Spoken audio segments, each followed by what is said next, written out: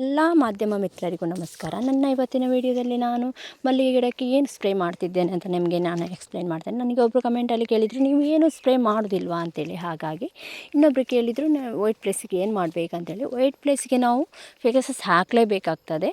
ನಾನು ನಿಮಗೆ ಕಮೆಂಟಲ್ಲಿ ಹೇಳಿದ್ದೆ, ಆದರೂ ಸಹ ಇನ್ನೊಮ್ಮೆ ಹೇಳ್ತೇನೆ. ವೈಟ್ ಪ್ಲೇಸಿಗೆ ನೀವು ಫೆಗಸಸ್ ಹಾಕಿ, ಅದು ಹಾಕಿ ಸಹ ಸ್ವಲ್ಪ ಹುಳ ಇದೆ ಅಂತ ಆದರೆ ಈ ಥರ ನೀವೊಂದು ಸ್ಪ್ರೇ ಮಾಡಿ. ನಾನು ಮೊದಲಿಗೆ ಒಂದು ಬಕೆಟಲ್ಲಿ ಒಂದು 5 ಲೀಟರ್ ನೀರನ್ನು ತಗೊಂಡಿದ್ದೇನೆ, ಬಿಸಿ ನೀರನ್ನು ತಗೊಂಡಿದ್ದೇನೆ. ನಾವು ಸ್ನಾನ ಮಾಡುವಷ್ಟು ಬಿಸಿ ಇದೆ. ಅದಕ್ಕೆ ನಾನು ನೀಮ್ ಆಯಿಲನ್ನು ಹಾಕ್ತಾಯಿದ್ದೇನೆ. 5 ಲೀಟರ್ ನೀರಿಗೆ 10 ml ನೀಮ್ ಆಯಿಲನ್ನು ಹಾಕ್ತಿದ್ದೇನೆ.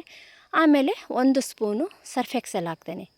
ನೀಮ್ ಆಯಿಲ್ ಇದನ್ನು ಕಹಿಬೇವಿನ ಎಣ್ಣೆ ಹೇಳ್ತಾರೆ. ಕಹಿಬೇವಿನ ಎಣ್ಣೆ ಅಂತ ಹೇಳಿದರೆ ಮದ್ದಿನ ಅಂಗಡಿಯಲ್ಲಿ ಕೊಡ್ತಾರೆ. ಇದು ಬಿಸಿ ನೀರು ಯಾಕೆ ಅಂತ ಹೇಳಿದರೆ ಇದು ಮಿಕ್ಸ್ ಆಗಬೇಕು, ಆಯಿಲ್ ಮಿಕ್ಸ್ ಆಗಬೇಕು. ಹಾಗಾಗಿ ಆಮೇಲೆ ಸರ್ಫ್ ಎಕ್ಸೆಲ್ ಇದು ಕೂಡ ಆಯಿಲ್ ಮಿಕ್ಸ್ ಆಗಲಿಕ್ಕೋಸ್ಕರ ಹಾಕೋದು. ನಾವು ಜಾಸ್ತಿ ಹಾಕಬಾರ್ದು. ಜಾಸ್ತಿ ಹಾಕಿದರೆ ಗಿಡ ಹೂವು ಅರಳುವ ಸಾಧ್ಯತೆ ಇರ್ತದೆ, ಹೀಟ್ ಆಗ್ತದೆ ಗಿಡಕ್ಕೆ. ಹಾಗಾಗಿ ಎಷ್ಟು ಬೇಕೋ ಅಷ್ಟೇ ಹಾಕಬೇಕು, ಯಾವುದು ಕೂಡ ಜಾಸ್ತಿ ಆಗಬಾರ್ದು. ಚೆನ್ನಾಗಿ ಮಿಕ್ಸ್ ಆಗಬೇಕಿದು. ನೋಡಿ, ಈ ಥರ ಮಿಕ್ಸ್ ಮಾಡ್ತಿದ್ದೇನೆ ನಾನು 1 ವೀಕ್ ಮೊದಲು ಇದನ್ನು ಹಾಕಿದ್ದೆ. ನನಗೆ ಯಾವುದೇ ಮದ್ದು ಹಾಕಿದರೂ ನಂದು ಗಿಡದಲ್ಲಿ ಹುಳ ಹೋಗ್ತಿರಲಿಲ್ಲ. ನನಗೆ ತಲೆ ಕೆಟ್ಟೋಗ್ಬಿಟ್ಟಿದ್ದು, ತುಂಬ ಲಾಸ್ ಆಗ್ತಿತ್ತು ನನಗೆ ಬರೋ ಇನ್ಕಮ್ಗಿಂತ ಜಾಸ್ತಿ ನಾನು ಮದ್ದು ಹಾಕ್ತಿದ್ದೆ. ಆದರೆ ನನಗೆ ಇದನ್ನು ಸ್ಪ್ರೇ ಮಾಡಿದ ನಂತರ ನನಗೆ ತುಂಬ ಒಳ್ಳೆ ರಿಸಲ್ಟ್ ಬಂದಿದೆ, ತುಂಬ ಲಾಭ ಕೂಡ ಆಗಿದೆ. ಹಾಗಾಗಿ ನಾನು ನಿಮಗೆ ಹೇಳ್ತಿದ್ದೇನೆ, ಒಳ್ಳೆ ಹೂ ಕೂಡ ಸಿಕ್ಕಿದೆ ನನಗೆ. ಯಾವುದೇ ರೀತಿ ಸಂಶಯ ಬೇಡ. ನಿಮಗೆ ಡೌಟ್ ಇದ್ದರೆ 2 ಗಿಡಕ್ಕೆ ಫಸ್ಟ್ ಸ್ಪ್ರೇ ಮಾಡಿ ನೋಡಿ. ಇದು ಜಾಸ್ತಿ ಇಲ್ಲ, 100 mlಗೆ 100 ರೂಪೀಸ್ ಏನೇ ಇದೆ ಅಷ್ಟೇ, ಜಾಸ್ತಿ ಏನಿಲ್ಲ ಇದಕ್ಕೆ. ಒಂದು ಬಾಟಲನ್ನು ತಗೊಂಡು ಬನ್ನಿ. ಇದು ಯಾವುದೇ ಗಿಡಕ್ಕೆ ಸಹ ಸ್ಪ್ರೇ ಮಾಡ್ಬೋದು. ಇದು ಮಲ್ಲಿಗೆ ಗಿಡಕ್ಕೆ ಮಾತ್ರ ಅಲ್ಲ, ತರಕಾರಿ ಗಿಡಕ್ಕೆ ಕೂಡ ಸ್ಪ್ರೇ ಮಾಡ್ಬೋದು. ಹಾಗಾಗಿ ನಿಮಗೆ ಹೇಳ್ತಾ ಇದ್ದೇನೆ. ನೋಡಿ, ನಾವು ಸ್ಪ್ರೇ ಮಾಡುವಾಗ ಜಾಸ್ತಿ ಸ್ಪ್ರೇ ಮಾಡಬಾರ್ದು. ಎಲೆಗಳಿಗೆ ಮತ್ತು ಮೊಗ್ಗೆಗಳಿಗೆ, ಏನು ಮೊಗ್ಗೆ ಬಂದಿರುತ್ತೆ ಚೆಂಡೆ, ಅದಕ್ಕೆ ಮಾತ್ರ ಸ್ಪ್ರೇ ಮಾಡಿದರೆ ಸಾಕಾಗತ್ತೆ. ಯಾಕಂತ ಹೇಳಿದರೆ ಇದು ಕಹಿ ಅಲ್ವಾ, ಯಾವುದೇ ಹುಳಗಳು ಇದನ್ನು ತಿನ್ನಲಿಕ್ಕೆ ಟ್ರೈ ಮಾಡೋದಿಲ್ಲ. ಯಾಕಂತ ಹೇಳಿದರೆ ಇದು ಕಹಿ ಇರ್ತದೆ. ಹಾಗಾಗಿ ನಾವು ಸ್ಪ್ರೇ ಜಾಸ್ತಿ ಮಾಡಿದಾಗ ಗಿಡಗಳಿಗೆ ಹೀಟ್ ಆಗುವ ಸಾಧ್ಯತೆ ಇರ್ತದೆ. ನೋಡಿ, ನಾನು ಈ ಥರ ಸ್ಪ್ರೇ ಮಾಡ್ತಾಯಿದ್ದೇನೆ.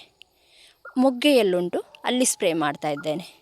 ನನ್ನ ಮೊಗ್ಗೆ ಹಾಳಾಗಬಾರ್ದು ಅಷ್ಟೇ, ನನ್ನ ಮೊಗ್ಗೆಯನ್ನು ಹುಳಗಳು ತಿನ್ನಬಾರ್ದು. ಹಾಗಾಗಿ ಯಾರೆಲ್ಲ ನನ್ನ ವಿಡಿಯೋ ನೋಡ್ತಾ ಇದ್ದೀರಾ ಅವರಿಗೂ ಕೂಡ ಕ್ಲೀನಾಗಿ ಇದು ಹೆಲ್ಪ್ಫುಲ್ ಆಗಬೇಕು. ಅದಕ್ಕೆ ನಾನು ಹೇಳ್ತಿದ್ದೇನೆ. ನಿಮಗೆ ಏನೇ ಡೌಟ್ ಇದ್ದರೂ ಕೂಡ ನನಗೆ ಕಮೆಂಟ್ ಮಾಡಿ, ನಾನು ರಿಪ್ಲೈ ಮಾಡ್ತೇನೆ. ನೀವು ಒಬ್ಬರು ಹೇಳಿದ್ರಿ ವೈಟ್ ಪ್ಲೇಸಿಗೆ ಏನು ಮಾಡೋದು, ದಯವಿಟ್ಟು ನೀವು ಫೆಗಸಸ್ ಹಾಕಿ ಕಂಪ್ಲೀಟ್. ಆಮೇಲೆ ಸುತ್ತಮುತ್ತ ನಿಮ್ದು ಏನಾದರೂ ಹಿಂಡಿ ನೀರಿಟ್ಟಿರ್ಬೋದು ಅಥವಾ ಬೇರೆ ಏನಾದರೂ ಕೊಳಕಿರ್ಬೋದು, ಆ ಥರ ಇದ್ದರೆ ಕ್ಲೀನ್ ಮಾಡ್ಕೊಳ್ಳಿ. ಹುಲ್ಲುಗಳು ಬಂದದ್ದಿರ್ಬೋದು, ಅದೆಲ್ಲ ಕ್ಲೀನ್ ಮಾಡ್ಕೊಳ್ಳಿ. ಯಾಕಂತ ಹೇಳಿದರೆ ಅದರಲ್ಲಿ ಜಾಸ್ತಿ ಇರ್ತದೆ. ಇನ್ನೊಂದೇನಂತ ಹೇಳಿದರೆ ಹೂ ಅರಳ್ತದೆ ಅಲ್ವಾ, ದಯವಿಟ್ಟು ನೀವು ಸಂಜೆ ಹೂ ತೆಗೆದುಬೇಡಿ, ಬೆಳಗ್ಗೆವರೆಗೂ ಬಿಡಬೇಡಿ. ರಾತ್ರಿ ಹೂವಿಗೋಸ್ಕರ ಹುಳ ಬರ್ತದೆ. ಹಾಗಾಗಿ ಮತ್ತು ಹೂ ತೆಗೆದ ಚೆಂಡೆ ಇರುತ್ತಲ್ಲ, ಅದರಲ್ಲಿ ಸಹ ಹುಳಗಳು ಕೂತ್ಕೊಳ್ಳೋ ಸಾಧ್ಯತೆ ಇರುತ್ತೆ.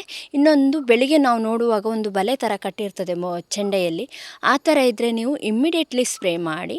ಯಾಕಂತ ಹೇಳಿದರೆ ಡಿಲೇ ಮಾಡಬೇಡಿ, ಜಾಸ್ತಿ ಆಗೋಕ್ಕೂ ಬಿಡಬೇಡಿ ಅದಕ್ಕೆ ಯಾವುದೇ ಕಾರಣಕ್ಕೂ. ಹಾಗಾಗಿ ನನಗೆ ಯಾವುದು ಮದ್ದು ಹಾಕಿದರೂ ನನಗೆ ಸಕ್ಸಸ್ ಆಗಲಿಲ್ಲ. ಇದರಲ್ಲಿ ನನಗೆ ಫುಲ್ ಸಕ್ಸಸ್ ಆಗಿದೆ. ಅದಕ್ಕೋಸ್ಕರ ನಾನು ಪುನಃ ಇದನ್ನೇ ಹಾಕ್ತಾ ಇದ್ದೇನೆ. ನಿಮಗೂ ಬೇಕಿದ್ದರೆ ಇದು ಹಾಕಿ ನೋಡಿ. ನಿಮಗೆ ಡೌಟ್ ಇದ್ದರೆ ಒಂದು 2 ಗಿಡಕ್ಕೆ ಹಾಕಿ, ಜಾಸ್ತಿ ಗಿಡಕ್ಕೆ ಹಾಕ್ಲಿಕ್ಕೆ ಹೋಗಬೇಡಿ. ನಾನು ಫುಲ್ ಹಾಕಿದ್ದೇನೆ. ಯಾಕಂತ ಹೇಳಿದರೆ ನಾನು ಲಾಸ್ಟ್ ಟೈಮ್ ಹಾಕಿದ್ದೆ, ನನಗೆ ಹೂ ಅರಳಿತು. ಯಾಕಂತ ಹೇಳಿದರೆ ನನಗೆ ಹುಳ ಇರುವಂಥ ಹೂಗಳೆಲ್ಲ ಅರಳಿ ಹೋಗಿತ್ತು, ಬೆಳಗ್ಗೆನೇ ಬಿಟ್ಟಿತ್ತು. ಆಮೇಲೆ ನನಗೆ ಅದು ವೇಸ್ಟ್ ಅಂತ ಅನ್ನಿಸ್ಲಿಲ್ಲ. ಯಾಕಂದರೆ ಹುಳ ತಿನ್ನುವಂಥ ಮೊಗ್ಗೆ ಅಲ್ಲ, ಅದು ವೇಸ್ಟ್ ಅಂತ ಅನ್ನಿಸ್ಲಿಲ್ಲ. ಕಂಪ್ಲೀಟ್ ನನಗೆ ರಿಸಲ್ಟ್ ಒಳ್ಳೆಯದೇ ಸಿಕ್ಕಿದೆ. ಅಂದರೆ ಒಳ್ಳೆ ಹೆಲ್ದಿಯಾಗಿ ಬಂತು ಗಿಡ. ಎಲ್ಲ ಮೊಗ್ಗೆಗಳು ಚಿಕ್ಕದಾಗ್ತಿತ್ತು ಹುಳ ತಿಂದು. ಆಮೇಲೆ ಇದನ್ನು ಸ್ಪ್ರೇ ಮಾಡಿದ ನಂತರ ಹುಳಗಳೆಲ್ಲ ಹೋಗಿ ಮೊಗ್ಗೆಗಳು ದೊಡ್ಡದಾಯಿತು. ನೋಡಿದ್ರಲ್ಲ ಸ್ನೇಹಿತರೆ ನನ್ನ ಈ ವಿಡಿಯೋನ. ನಿಮಗೆ ಈ ವಿಡಿಯೋ ಇಷ್ಟ ಆದರೆ ಲೈಕ್ ಮಾಡಿ, ಶೇರ್ ಮಾಡಿ, ಕಮೆಂಟ್ ಮಾಡಿ, ಸಬ್ಸ್ಕ್ರೈಬ್ ಮಾಡಿ. ಬಾಯ್.